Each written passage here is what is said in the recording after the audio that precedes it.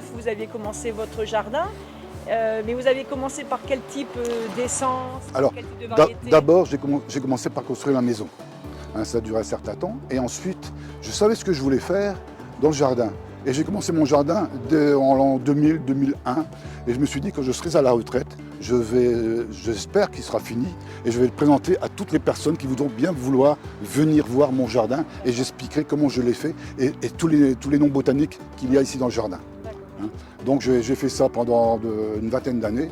J'ai essayé de raffiner au maximum pour essayer de trouver des variétés que personne n'a dans son jardin. Et vous continuez encore en... Ah oui, tout à fait. Parce qu'il y a encore pas mal de trous et je voudrais quand même boucher les trous avec d'autres plantes. Des plantes qui me plaisent, hein, des plantes surtout asiatiques parce que j'aime bien l'Asie. Hein, voilà.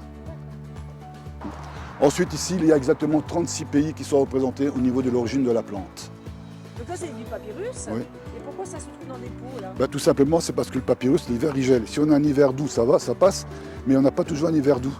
On a quelquefois des hivers qui, tout d'un coup, au bout de 3-4 ans, on a un hiver qui est dur. Et on a des -5, -8, ressenti -12. Alors comme ce sont des plantes tropicales, je risque de les perdre. Donc autant les mettre en pot, faire une grosse touffe, un gros massif, et puis après ça, je les rentre. Hein. Et au niveau de l'entretien de votre jardin, vous utilisez des produits chimiques ou non, c'est du désherbage manuel? Ah, c'est tout manuel, bêchage sur 5-10 cm de profondeur, c'est pas la peine d'aller déranger les racines. Alors, je vais vous parler du Paulownia. Alors, le Paulownia, c'est un arbre, bien sûr, qui donne des fleurs bleues violacées au printemps. Et alors, cette plante-là, je vous dirais que quand elle est en excès d'eau au niveau de ses racines, quand elle s'aperçoit qu'il y a des plantes qui sont à côté, des arbustes ou d'autres arbres qui ont besoin de l'eau, elle distribue son trop plein d'eau par les racines aux autres plantes qui sont à côté. Alors, je vais vous parler des bananiers. Ici, il existe dans ce jardin au paradis des plantes 3 variétés de bananiers.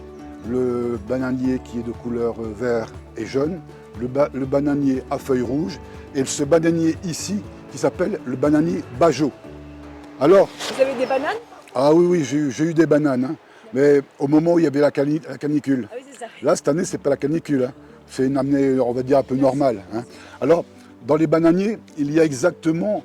dans ce bananier-ci, quand il grandit et qu'il arrive à 2,50 m, 3 m, hein, ça c'est ce que j'avais avant, eh bien, s'il fait canicule et qu'on l'arrose bien, alors à ce moment-là, le bananier va commencer à avoir sa fleur et son régime de banane.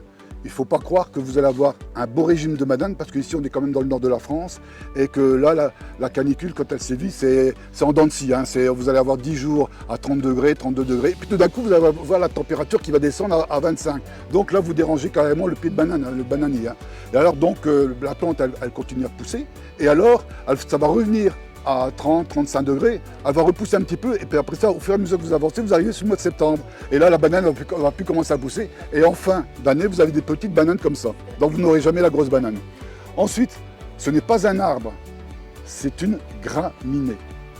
Ah oui, c'est une graminée. Mais j'ai oublié de vous dire que lorsque le pied de banane, le bananier, a fleuri et donné son régime de banane, eh bien le bananier est mort, c'est fini, c'est terminé. La tige, elle n'est plus verte. Même si vous la conservez bien l'hiver, au printemps, elle ne repoussera plus. Ce sera carrément comme de la paille. Donc c'est terminé, c'est mort. Vous pouvez couper justement au ras de sol. Alors ici vous êtes sur le point culminant du jardin. Vous êtes à 3,50 m. Les yeux sont à 3,50 m par rapport au niveau du sol. Et ici, vous avez une vue générale du jardin. C'est velouté. Ouais, il y a des fleurs, et il y a des genres de petits fruits. Oui. C'est un fruit comestible? Je ne l'ai pas goûté. Bon. Alors, je ne vais pas vous demander le nom botanique parce que vous ne le saurez pas, Non, mais simplement que le nom. Ça vient de quel pays? Alors, ça va de quel pays? Je vais vous le dire. L'origine de cette plante, c'est l'Équateur. Ah, l'Équateur. Alors, je peux vous dire que vous en avez certainement eu dans votre assiette depuis 3 semaines. Depuis 3 semaines? Dans votre assiette. Dans mon assiette. Hein? Pas une tomate? Si, c'est un pied de tomate. C'est un pied de tomate. Un pied de tomate? Origine Équateur. Ah. Alors ici, je vais vous parler justement un tout petit peu parce que je ne connais pas grand-chose de cette plante. C'est un conifère, et c'est un Thuya plicatum. Hein, un Thuya plicatum que j'ai trouvé justement ça aux Pays-Bas. Et je pense qu'au nord de Paris, il n'y a personne qui a cette plante-là. C'est piquant. C'est piquant. C'est piquant C'est uniquement que la urticant. fleur. Que la Uniquement fleur. Que la fleur qui est piquante. Ah d'accord. Hein, c'est pas du lupin, vous pouvez passer votre Oui, main oui, dessus, oui, il n'y a aucun problème. d'accord. C'est une acanthe et quand vous passez votre main dessus, oh là là, là Mais c'est c'est piquant. au-dessus que ça... Ben, c'est sur les, regardez, on voit les piquants quand même. Ah oui. Hein, là, j'ai rien à expliquer, mais je vais parler botanique. Alors ici, on a des ostas. Hein, des ostas, une variété d'ostas là, et une autre variété qui est là. Ici, on a un Abies coreana, origine Corée, là en plante de rocaille, et celle-ci en bleu, montée sur tige. Après, vous avez du hou ici, hou sans épines. Oui, c'est ça. Il n'y a pas d'épines, variegatum. Et là, vous avez un Acer palmatum viridis, qui est de couleur vert au printemps et à l'automne, qui est de couleur rouille. Alors, madame, je vais vous parler justement de ce chêne. Dans ce chêne, il y a un locataire qui ne paye pas son loyer. Hein, il ne paye pas son loyer et en plus de ça, il est voleur. C'est un voleur, il va chez les voisins pour voler et la nourriture qu'il a ramassée, il la ramène et il monte là-haut pour la manger. Non seulement il la mange, mais ses déchets, il les jette par la fenêtre. Alors tous ces déchets, ils tombent ici, par terre. Et tous les jours, je fais ma femme de ménage pour ramasser tous ces déchets.